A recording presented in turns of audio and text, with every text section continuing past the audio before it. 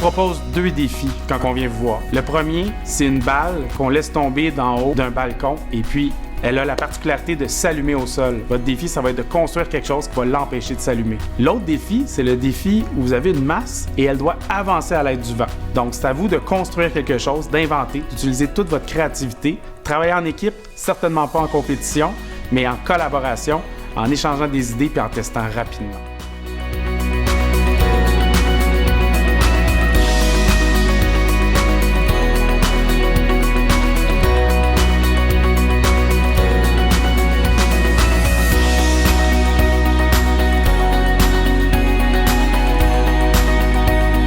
J'ai trouvé l'activité super intéressante, puis c'était vraiment adapté à mes élèves. C'était tout dans leur degré de capacité. J'ai pas eu à accompagner mes élèves. Mes élèves étaient totalement accompagnés par l'animateur de l'activité. Cette activité-là en sciences nous permet de toucher plusieurs compétences de la science sans avoir à écrire, sans avoir à lire non plus.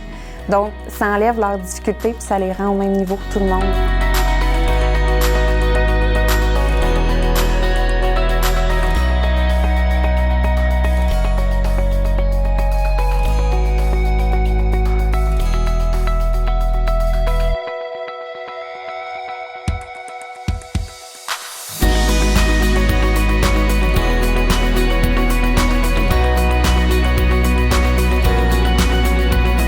C'est un partenariat qui est intéressant du fait que, en fait, les animateurs sont formés en sciences, ce qui n'est pas le cas nécessairement des enseignants en classe d'adaptation scolaire, qui peut, du côté des enseignants, défaire des mythes sur le fait que faire des sciences, ça peut être un peu compliqué, long, que ça demande du matériel élaboré. Quand on voit l'atelier, on voit que c'est pas le cas du tout, que c'est simple et que ça permet vraiment aux élèves de développer une démarche scientifique intéressante de façon toute simple et rapide avec eux.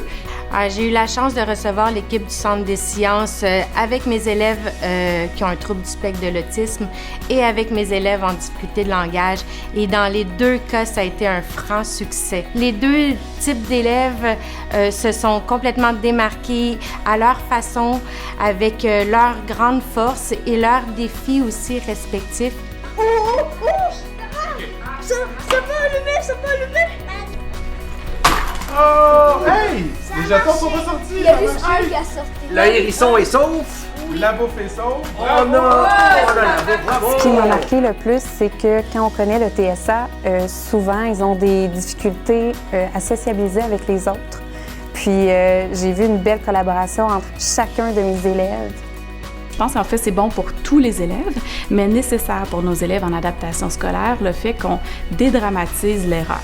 Peu importe qui on a dans notre groupe, un élève qui pourrait être très, très fort en sciences et un élève pour qui c'est un petit peu plus difficile, va y trouver son compte dans cet atelier-là, du fait qu'on arrive toujours à un produit et on a toujours la chance de se réajuster.